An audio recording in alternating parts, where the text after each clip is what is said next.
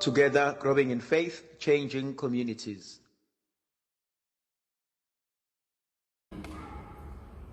Together, growing in faith, changing communities.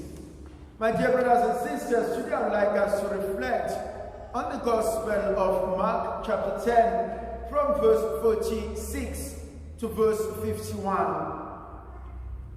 As Jesus was leaving Jericho, and he set his mind, he is going to Jerusalem. But with him were his disciples and a great number of people. The multitudes were also with him.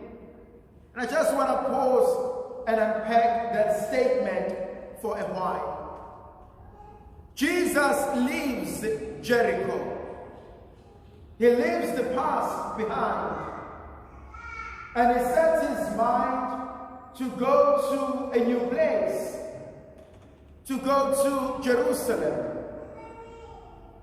But as he leaves, there are his disciples, a great multitudes. And so I want to ask a question. Could there be things from the past that are still haunting me today? Could I be carrying the burden, the baggage of the past? That I'm trying to walk away and to be free, but there are certain things that still hold me. There are certain things that still define me. There are certain things that still steal the sense of peace. I am known, I am understood by the mistakes of my past. People continue to judge me based on who I used to be. They refuse to see me for who I am. They cannot see that I've grown, that I've become a better person. But they're still stuck from there. And so the first question, are there things from the past that seems to worry and disturb me today? As we continue with this beautiful story, Jesus leaves Jericho, but before he gets to Jerusalem, on the way he meets Bartimaeus. The Bartimaeus that he meets is a blind man, a beggar. He has nothing. He is a nobody. But he meets him along the way, and Bartimaeus is sitting by the roadside. And I want to unpack the word sitting by the roadside. What is he doing by the roadside? He's sitting on the pavement. He's watching people as they come and go. He's counting how many cars. How often have you walked past this journey? He's bothering and worried about other people's lives and affairs. And the only thing that he does is to beg. That leads me to a question. Where are you at in your life? Are you happy with what you've done? Are you content with yourself? Have I lived my life to the full? Have I given it my all? Have I loved without reservation? Have I forgiven you? Have I allowed you to see and to know me for who I am? Quite a number of people say they are busy. But are we productive? There are people who get up early in the morning. The first thing they do, they spend an hour or two on their phones, updating on WhatsApp, on Facebook, on Instagram, reading about other people's affairs. From there, they get to the kitchen, they eat, they watch television, they take a bath if possible, go back to their phone, they eat, they drink, they go back to bed. The following day, they do the same thing. They do what I call township management. Banaki indaba zabanye abantu except theirs. And at the end of the day, they say, I'm so tired, I'm so exhausted. And you ask them, what did you do today? Well, I was just sitting around. How many of us are exhausted? How many of us are drained? How many of us are tired from doing nothing? Am I productive? There are two principles that the church has often taught us. The first one is known as the examination of conscience. Where have I gone astray? Where have I turned away from the love of God? That has to do with a sense of sin and taking accountable for that. But equally important, there's also another tradition. It's known as examination of consciousness. Where was God in my life today? When I spoke to you, was I kind?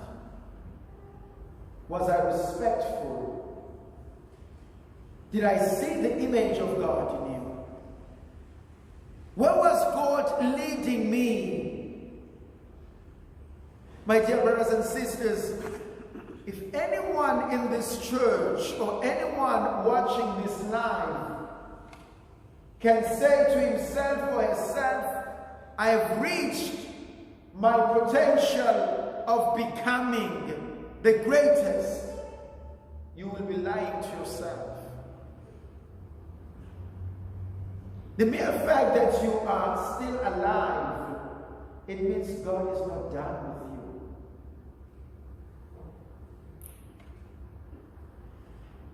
St. Augustine has a beautiful statement: our hearts are restless. I want to add, our spirits are restless. Our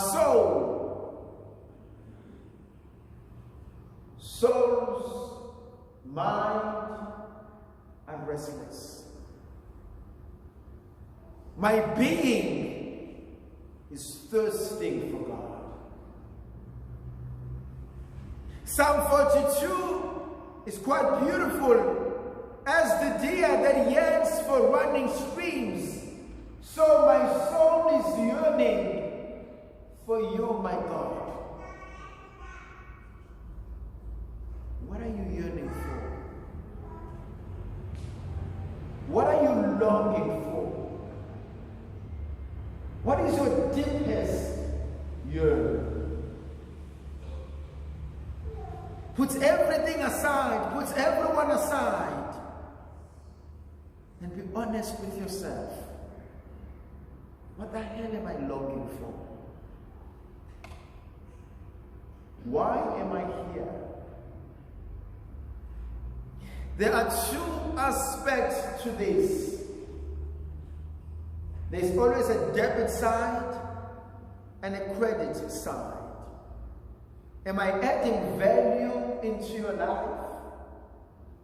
Or am I draining you?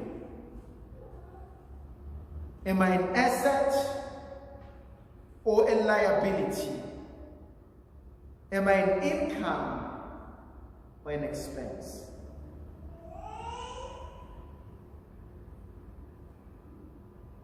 He's sitting, and some of us are wasting our lives. I often argue and I say one of the richest places on earth is the graveyard. In the graveyard lies the books that were never written,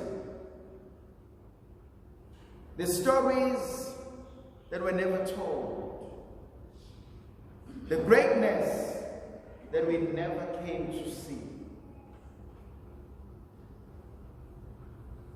There are things that have made us like that. One of them is fear. A person who's afraid of failure will never make it in life. Fear has held us and made us captives. It has made us prisoners, and we've refused to grow. I'm afraid of failure. What if it doesn't work?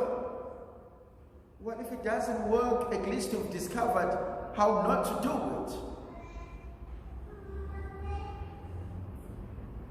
The second thing that also holds us back, always waiting for people's approval. If she's okay with it, I will do it. If he's okay with it, I will do it. If mom is okay, I will do. If dad is okay, I will do. You are not supposed to be a copycat of your mother, of your father. Be your own true self. The world is yearning for the true you. One of the beautiful books I've ever read by John Powell, Will the Real Me Please Stand? How many of us are so fearful? We like children. The third thing that holds us back is the past.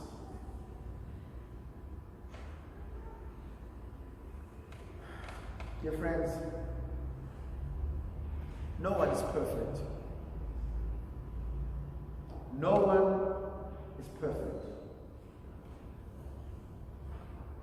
Your past do not define your future. How you began does not determine how you will finish. Learn to heal from the past. Learn to forgive yourselves. Bartimaeus shouts. He cries out for help. Many of us know we need help, but the pride gets the better of us. There are things, my dear brothers and sisters, that a beggar, a street vendor, a child, a person on the road, a maid, a gardener will teach you that the CEO of one of the biggest, greatest companies will never know. The CEOs, the Bill Gates of the world, the Saul Kastners, the Patrice Motsepe may not know how to survive on the streets. Never be too arrogant to learn from a nobody. They can teach us a thing or two.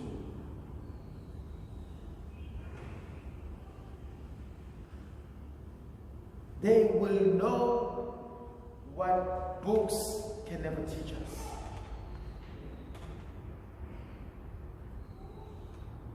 Allow the ability that is able to go and say, I need help. How many of us in this church are depressed, are going through depression, anxiety, panic attacks?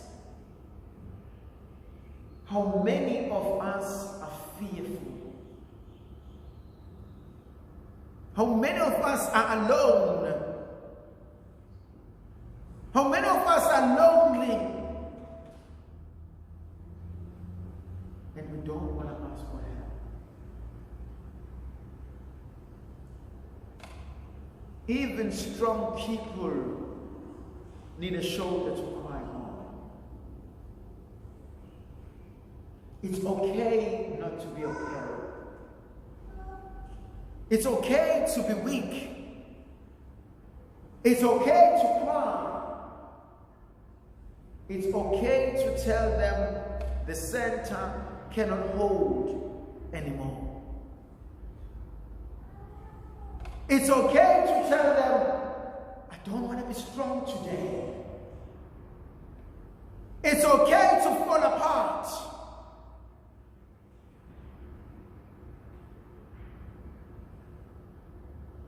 He cries. They rush to him. They tell him to shut up. The very same people walking with Jesus tell Bartimaeus, shut up.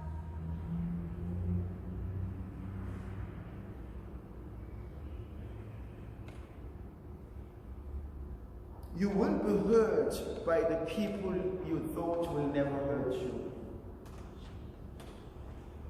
You will be hurt by your family, by your friends. You will be hurt by the church. But don't stop crying.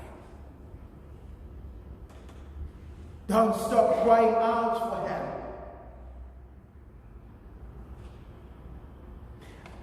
The more he shouts, the louder they silence him. But he rises above that. And Jesus stops. Have I cried to a point where Jesus stops and notices me?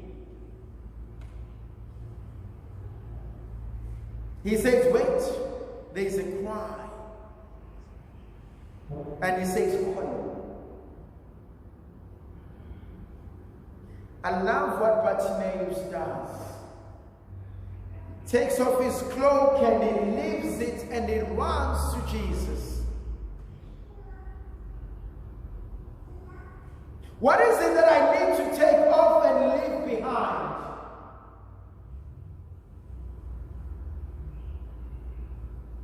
We all have these small bits of joys.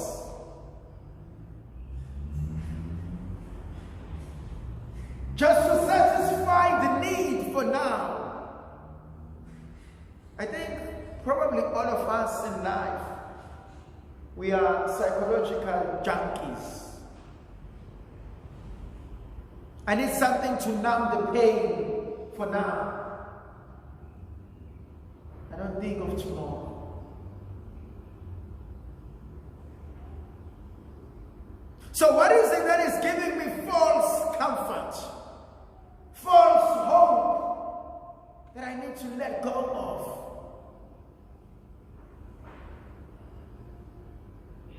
Jesus asked him one question. What do you want me to do for you? The same question is asking us this morning.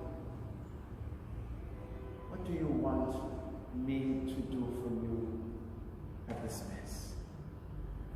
May the Virgin Mother of God continue to be with us, to protect, to bless, and to guide us. In the name of the Father, and of the Son, and of the Holy Spirit.